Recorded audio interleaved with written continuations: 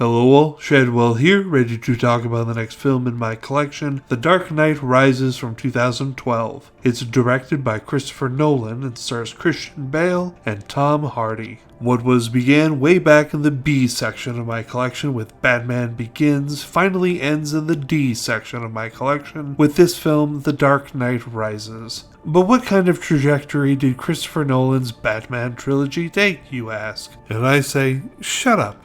But also, well, in my estimation, this trilogy peaked in the middle, but it tried damn hard to stick the landing. I think the only thing The Dark Knight Rises has going against it is that the film leading into it, The Dark Knight, was just a flawless film, absolute perfection, and that wasn't a very fair way to have to enter into the world. The Dark Knight Rises is an exceedingly good movie. It rocks my socks off and everything, but everything has to start somewhere, and so when you come in off the high that is The Dark Knight into the beginning of The Dark Knight Rises, which is set up for the main event and so very important and necessary, it feels like we've taken a step back. And we haven't, not really, but the illusion of taking a step back is there, and so I think that is the thing that holds back The Dark Knight Rises from being perfection as was its predecessor.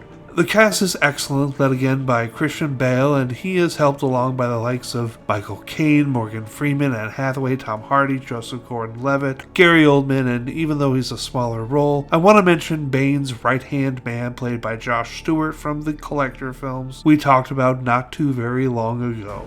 I do have one major bone to pick with the film, and that's in the prison sequence where Bruce Wayne is trying to climb out of the pit the first two times. He falls from a height that almost guarantees he would have at the very least broke his back again when he's caught by the length of rope that guarantees his safety. Sorry, but that took me directly out of the film and had me rolling my eyes at the because movie of it all. But the rest of the movie is excellent, a little long at 2 hours and 44 minutes, but honestly, when I watch the film, I can't think of what there is in it that you could delete to shorten that runtime. Perhaps the stuff with Robin is on the lowest rung of the ladder, but he's still featured in a few sequences that are up front and center, and so it would be weird to excise him from the rest of the film just to shave off 10 or 20 minutes.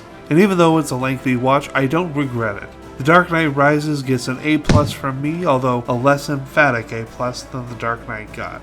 Join me tomorrow as I watch Don't Look in the Basement, which I own a copy of, so we'll watch that instead of the version in the 50 Drive Movie Classics collection. See y'all then.